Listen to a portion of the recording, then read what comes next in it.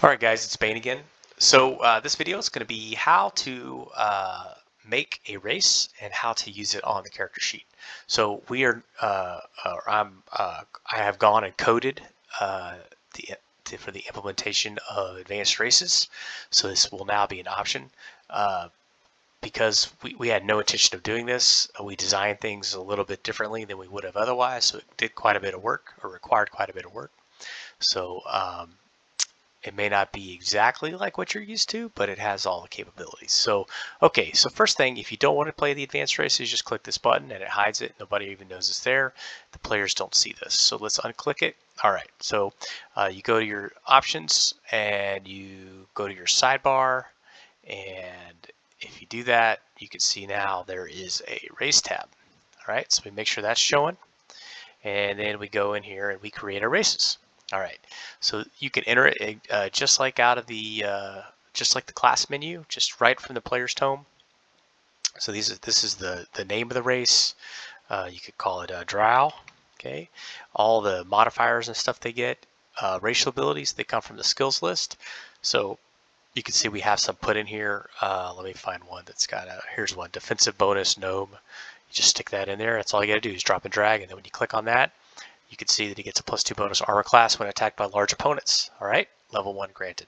So just like we entered skills in for the classes. All right, now here's where the all the data entry comes in. It's not much, right? It's pretty easy with races if they're all about one page. Okay, so first off is senses. There's 3 options here. Actually 4. You can leave it blank, and your token will perform just like it always has and any other rule set. When you put a human on the map and the lighting's turned on, it's black. He can't see anything, or she can't see anything except her token. All right, but in our rule set, we have something called normal 10. All right, what normal 10? Think of it as at night, outside on a heavily overcast evening, super dark. But if your party member is standing right next to you, you can still see them, right? I mean, that's really, in the real world, that's how that works. So what normal 10 is, it's basically a black light, if you will, and you can see people within that 10-foot radius around you, okay? The other thing we have here is something you've seen before, dark vision 60. All right, so dark vision 60, it's in the book, it's called infravision 60. I wanted there to be a difference between the dark vision that a elf might have and the infravision a gnome or drow, someone who lives underground, may have. Okay, now they get 90 feet, but I wanted it to be a little bit different, and I'll explain that in a second. So dark vision 60 is just like dark vision 60 in 5e and 2e. You have 60 feet, and it's kind of a gray hue. Okay, so the third vision finally is the infravision 90. All right, what infravision 90 is, it's almost, think of it like kind of like a heat vision. So they can go out 90 feet, and this is something all the underground races have. It's almost kind of got a red glow to it. It's a lot brighter than the dark vision. And like I said, it goes out to 90 feet. So those are your 3 vision choices. You could probably even type in dark vision 90 and it would still work. It would just be normal dark vision out to 90, but infravision 90 is an option. Okay, so the next thing you do, these are all the skills. Now, they're all set to default. You may not even have some of them. If you're a drow, you know, he doesn't get forage as a default, so he doesn't get hunt or hide or any of those things. So all you do is I think he gets 2 at listen for noises and 2 for detect secret doors. Okay, he doesn't get construction tricks, but you can just leave that at 1, and we'll go over that in a second. All right, he doesn't get a melee or missile bonus. I can't remember if he gets an ability bonus, but let's just say he gets a +1 to dex and a -1 to strength, because that's what the regular elves get.